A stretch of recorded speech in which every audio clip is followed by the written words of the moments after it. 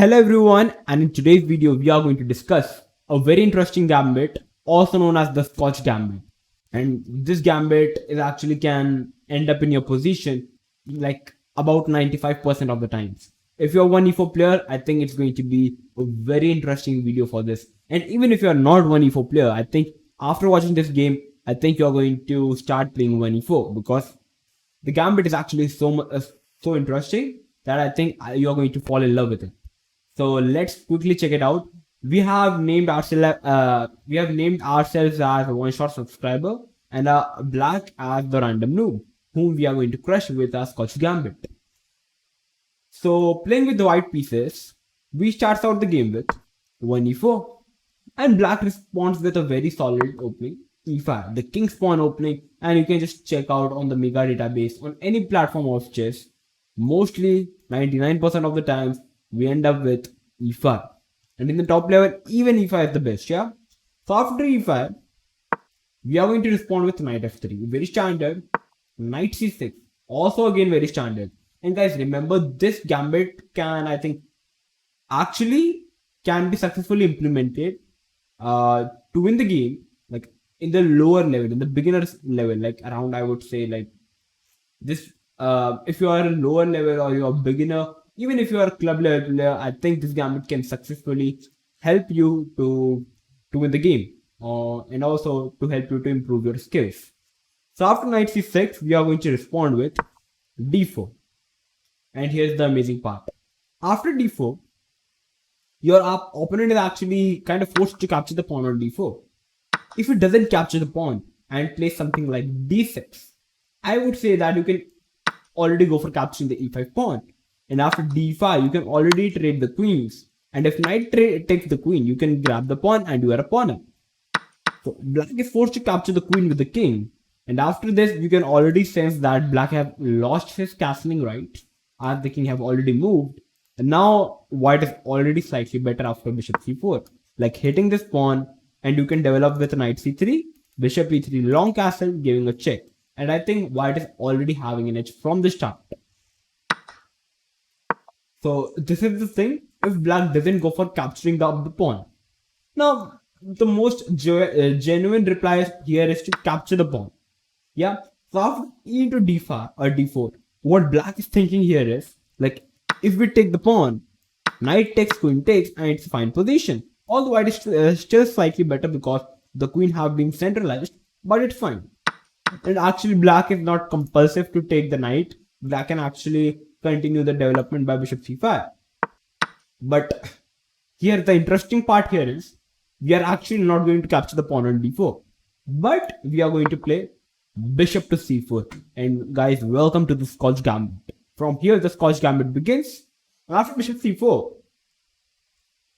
there are mainly two replies. I would say like the 90% of the times you are going to face knight f6, but 10% of the times you are going to face this bishop to b4 shift.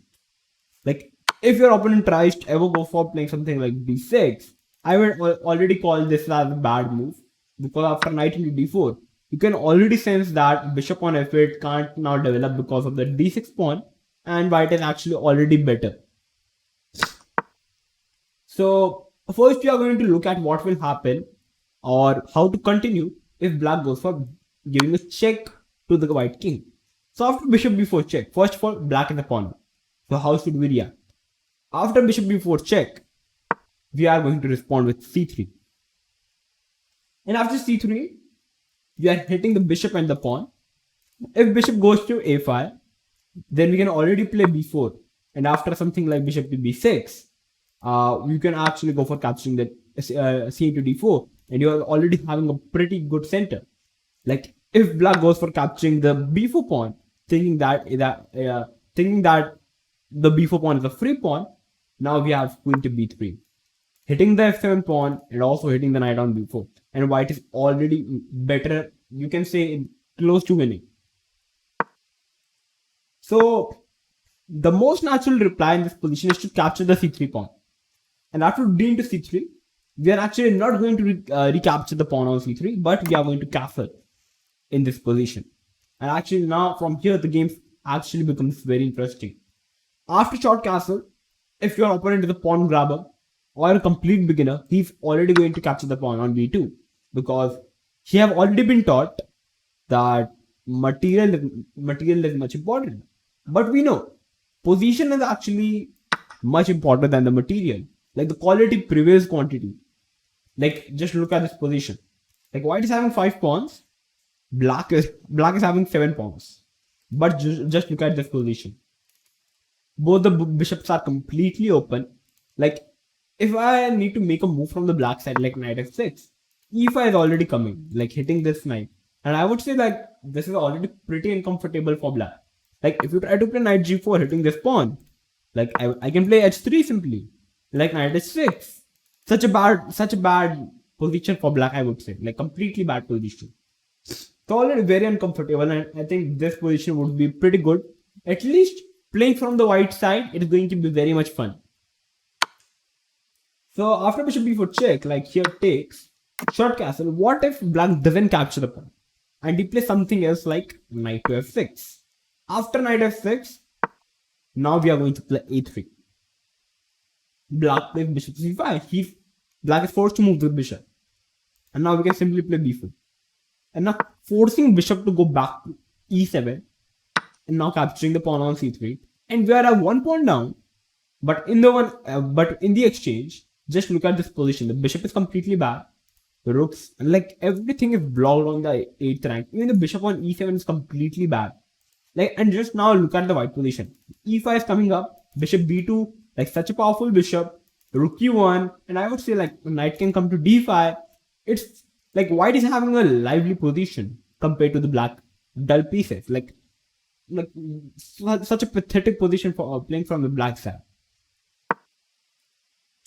So this is what happens if black decides to give a check to the white king by playing bishop to b4 check. Now we are going to come into the main variation, which actually ends up in like 95% of the time, which is knight to f6. And now how should you react in that position? After knight f6, you are going to play e5. And after e5, you are already hitting the knight on f6. And now first we are going to see some sidelines. Then we are going to come to the main variation. The main move here is to play d5. But we are going to first of all look at some sidelines to check out how can white simply crush black in this position. After e5, if black goes for playing knight to g4, which actually looks one of the most natural move, because now black idea here is to capture the pawn on e5. We simply castle in the position, and if black goes for capturing this pawn on e5, congratulations, your opponent has successfully made a blunder. You can capture the knight, knight takes, rook e1. And now you can sense this pin, and now black is already a piece down. Like actually, according to the engine, the best move here is to play queen e7, f4, simply hitting the knight, because we want to play f4. On the next move, it doesn't matter whatever black does. Best move is to capture the bishop. And here black should lose the queen, and this is actually the best position according to the engine. You can just sense it. Giving a queen, and it's already winning after queen into d4. It's already winning. Like this is hanging, everything is hanging. So even after short castle, actually the best move in this position is to play bishop to e7, so that after knight takes, rook e1, and the knight is actually no longer pinned because of the bishop on e7. But after bishop e7, actually it's pretty hard to calculate. White can simply play rook e1 defending this pawn, and after d6, ed, queen d, h3, knight e5, knight takes, and it's still winning after bishop f4. Such a bad position for black. Such a bad position. Like knight, if black tries to play knight f6, which is actually the best, now you can continue by playing b3. And the idea could be to play bishop e3 hitting the queen and the bishop, or perhaps simply by playing bishop b2, putting pressure on the pawn on d4, and I think it's going to be pretty like you can simply go on and grab the pawn back on d4, and white is landed up in a very good position. So this is what happens if black tries to play this knight to g4 variation. Now what happens if black tries to play something like knight to e4? All that looks, it doesn't make any sense, but still. After knight e4, we are going to play queen e2, hit the knight, knight to c5. If black goes for playing d5, trying to say that black is protecting the knight and also hitting the bishop, we can simply end pass. And now we are still hitting the knight and it's completely over for black. That is why knight c5 is the best. And here you can play c3, a very good move. dc, knight c3, and now it's already very lively position for white again. Like you can simply castle, bishop f4, rook e1, rook d1. What more do you need in such a position in a game of chess? Like it's completely crushing, I would say, for black. There is no play. So this is what happens if black tries to play knight e4 or knight g4. One more move. What happens if black tries to play queen e7? Seeing that you cannot capture my knight because the pawn is pinned. But now we are going to play simply short castle. Simply short castle. And after something like knight takes, queen takes, rook e1, and you again lose the game because of this. Like knight e4 is the fourth move. f4, queen goes back, queen into pawn. It's already collapsing for black. Like f5, knight c3. It's over. So yeah. So this was the variation. If black goes for any sidelines at the place of playing d5. Now let's come to the main part. What happens if black continues by playing d5? After playing d5, here we are going to play bishop to b5. If we go for capturing the knight, then it's actually black is the one who is now winning because of dc4. And now black is actually pretty comfortable in this position. Very nice center. And white and black is actually winning. Close to winning. That is the reason after d5 we must play bishop to b5, pinning up the knight. And here black is forced to move the knight because the knight is attacked. So knight e4 the only move. And here we are going to capture the pawn on d4. So now we have successfully grabbed the pawn back. And now we are going to and now we are actually trying to put pressure on the black king, like the knight is attacked. In this position, black is currently having two moves to continue the game. Bishop d7 or bishop c5. First, we are going to look at what happens if black tries to continue by playing bishop to d7. Like simply a very normal shove, defending the knight. Now we are going to continue by capturing the knight with the bishop. Pawn takes. If black goes for capturing the bishop with the bishop, you can simply go on and capture the bishop. Pawn takes, short castle. Bishop c5, knight d2. And your opponent is kind of forced to capture the knight because there is no other move. There is actually no other move. Knight takes, queen takes. And you can just see in this position, white have castled. Black pawn structure is actually comparatively bad.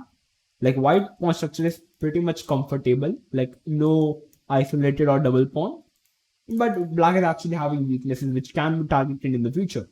White can continue by playing b3, bishop b2, and the bishop is extremely strong. So this is what happens if black captures the bishop with the bishop. If black captures bishop with the pawn, now we are going to respond with castle, bishop c5. Guys, just remember, black is going to play bishop c5 because that is the most ideal square for the bishop. Now we are going to respond with f3. It looks a bit of weakening, like, are you sure about this? But yeah, we are sure. Nothing is happening. Currently, we are hitting the knight. So knight is actually having the only move, knight to g4, knight to g5. And now we are going to play f4. Again hitting the knight. And here black is having two moves. Knight e6 or knight e4. Knight e4 definitely looks completely promising move. But if black goes for playing knight e6, like saying that it's a double attack, we can simply play c3 and it's absolutely fine for white. And on the next move, guess what? f5 is extremely strong move from the white side, hitting this knight, and it's going to be very dangerous for black. So if black continues with knight e4, the most natural move, we are going to play bishop e3, short castle, knight to d2, and now again black is forced to trade the knights, or else there is no other good move. Knight takes, queen takes, bishop to b6. Here black is planning to play c5, and it's actually the best, because if you try to play any other move, like let's take queen e7, then you can simply play knight b3. And in the basically what is the idea in this position for you here? You want to somehow trade off the bishops, and you want your opponent to capture the bishop, because in such position your opponent is going to go back with the bishop to b6. If he captures, congratulations, you are already I would say you have actually completely crushed your opponent positionally. Just look at these dark squares. You are the only one who is dominating the dark squares, and it's a double pawn. So you can simply put the knight on c5 and it's never going to be attacked in the future. So it's like positionally black is crushed. And it's actually a bit of the advanced knowledge in the chess, like winning through position. Like in the top levels, grandmasters actually win through position. They do not win like material, a grandmaster simply blundered the knight. Have you ever saw it? Okay, there is some games, but generally no. The grandmaster actually becomes grandmaster because of the advanced knowledge. They actually crush their opponent by positionally. Like controlling the dark squares is a positional advantage, which actually is a very decent advantage to win a game of chess. So this is what we want. We want our opponent to trade off the bishops. But actually, bishop b6 is the best move. And here we are going to simply continue the game with rook e1. And actually, it's pretty healthy for white, even if black doesn't capture. Just remember, you should not capture the bishop on b6 at any cost. And here in this position, your idea can be in the future, can be to push f5-6. And it's already very dangerous for black to continue. So this is the idea. And bishop b6 is the best move, trying to play c5. And here we are going to play knight b3. If bishop takes, I have already told you that positionally it is crushed. Like f5-6 is coming up, dark squares are weak, and it's already over. Okay. So if black doesn't go for capturing it, you can play f5-6 and it's still winning for, at least you are comfortable. So yeah. Pawn takes, castle, bishop c5 f3.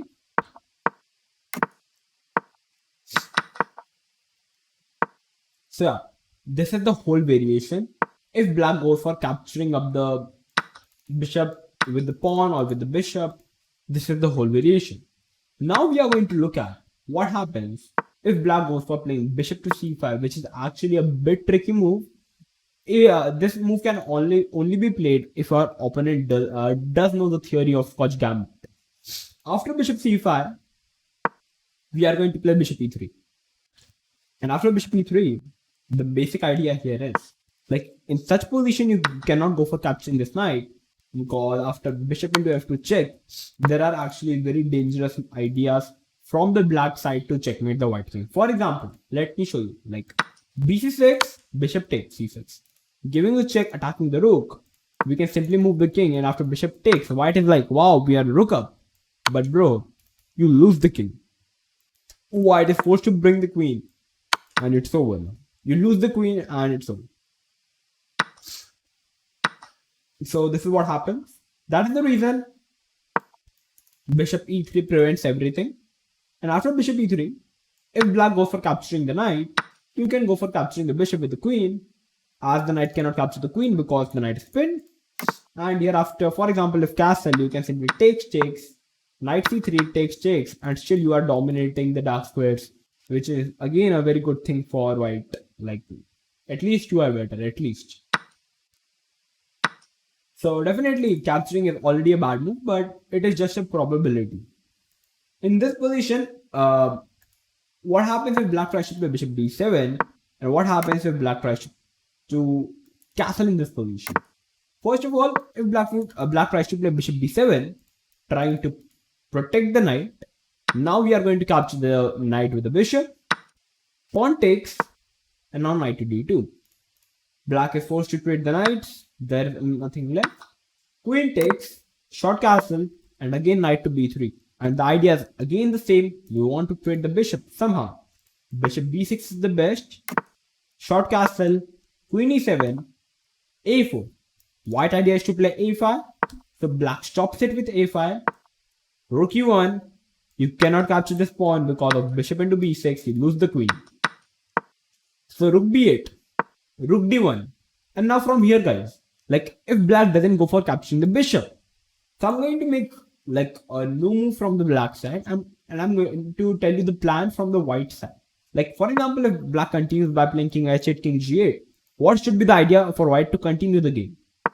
We can play first h3, king moves f4, waste move, queen f2, waste move f5. And you see, this is the idea of white. White actually wants to attack on the king side if black doesn't go for trading of the bishops. Like, so our whole idea is all set. Yeah. So this was the idea. Yeah. So this was the complete idea. If black doesn't go for trading of the bishop. If black does go for trading of the bishop, it's already healthy for us as we dominate the dark splits. So this is what happens if black tries to play bishop d7. And now if I talk about what happens if black tries to castle in this position, we are going to capture the knight. And after knight takes knight, pawn takes the knight, fourth move, bishop into bishop. And it's the best. After bishop into bishop, black is actually forced to capture the c5 bishop, because you cannot capture this bishop because you lose the rook. And white is an exchanger. That is the reason knight takes bishop is the fourth move. Bishop takes pawn, rook comes. Queen takes pawn. Queen takes bishop takes, rook takes, and it's completely forced variation. Knight a3. And guess what? White is simply a pawn up. Simply. A very healthy pawn up. And white can, on the next move, continue the game by playing long castle, hitting the rook. And I would say, like, yeah, it's completely fine position for white. You are a pawn up. You can continue this position. So this was the variation, and I think I've covered mainly everything under the Scotch Gambit. If there is any new variation you have came up with, then make sure to comment in the comment box below. I will try to help you to solve that problem, and definitely play this Gambit in your online games, because I'm pretty sure that you can. You are going to face this e4 against e5. Like, you are going to face e5 against e4. And definitely this position is such a common position. And yes, Scotch Gambit is definitely a very, very interesting opening. A very interesting gambit. And you make sure to check it out. And I think it's going to be pretty much interesting. And I think this will, by playing this gambit, because gambits are such interesting, because basically what you do here is, in the gambits, you sacrifice the material, but in the exchange you get huge attacks. And like every player actually wants to attack in the game of chess. So this actually makes game very interesting. So I think this gambit will actually help you to improve your chess skills.